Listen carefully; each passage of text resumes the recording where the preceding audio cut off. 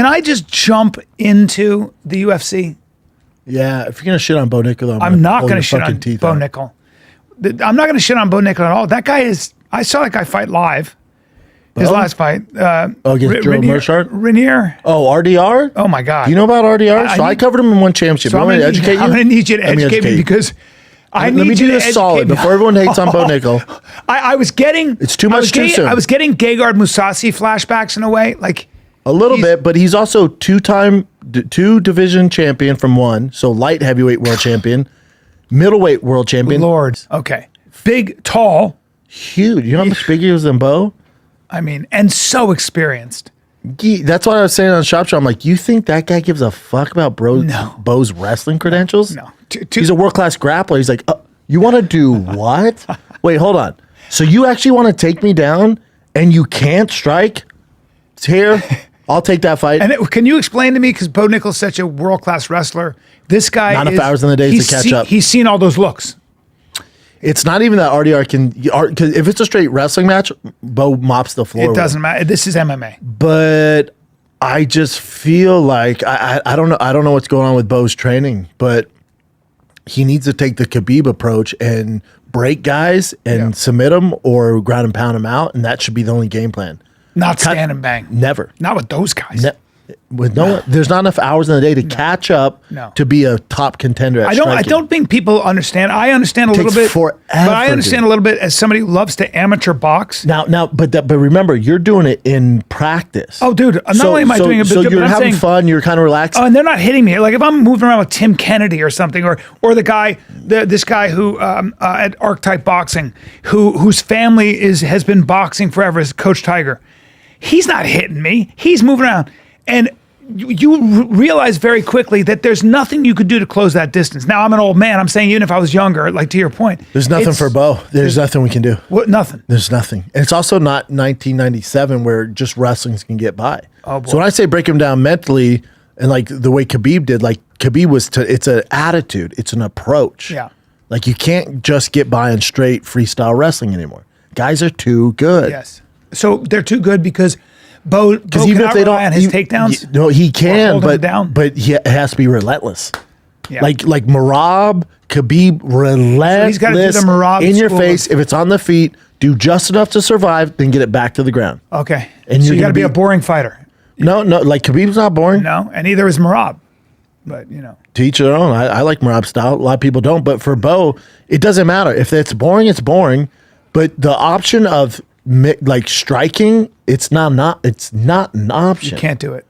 The knees. There's not enough hours in the day. The knees that just what? Here you go, bang, bang, bang. Dude, and RDR ain't no world class striker. He's not. No. What? No, he's a grappler.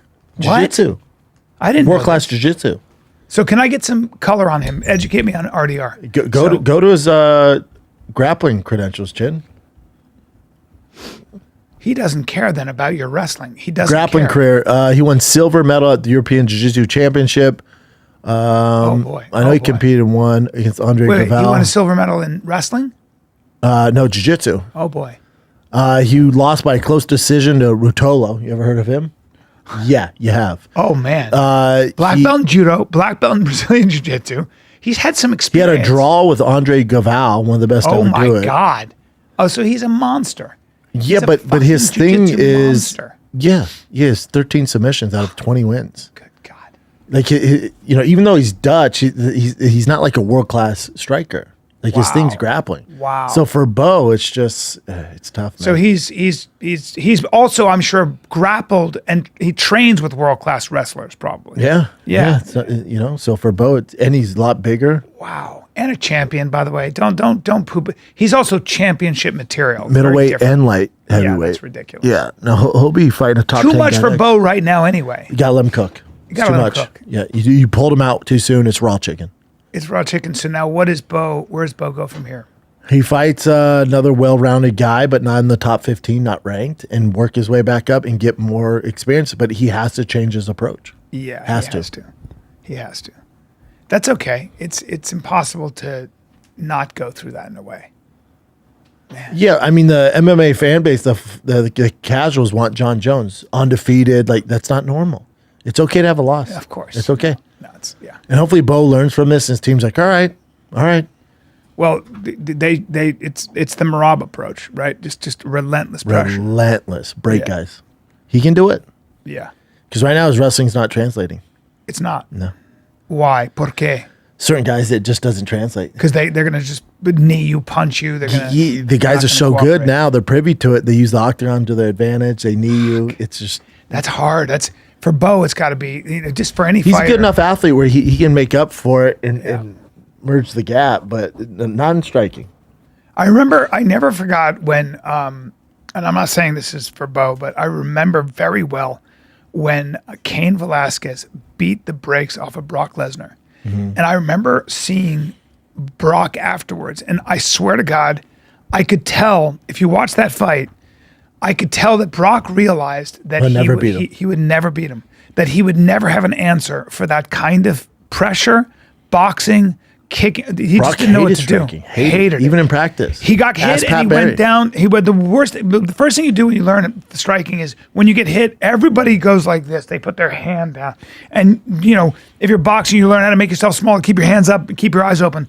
You can't do that when Cain Velasquez is punching you in the face at that volume. It's I think for Bo, it's just too much too soon, but his team will recognize, and hopefully they give him a good matchup next week and get more experience and just change his approach. Yeah. He still has the skill set to be a champion, but it's gonna take a lot. It's gonna take longer than we thought, and that's all good. Yeah. Now he's not a bust, not a fraud check, as the kids say. We're no longer talking about Kamzat Bo. We're talking about no.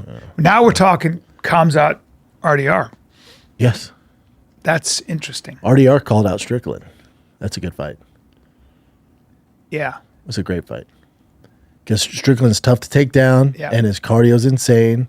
RDR had a bit of a cardio issue in his first fight, but it could be UFC jitters. Yeah. That's a good fight. No, RDR's he's exciting for the division. Yeah. Yeah. Pretty wild.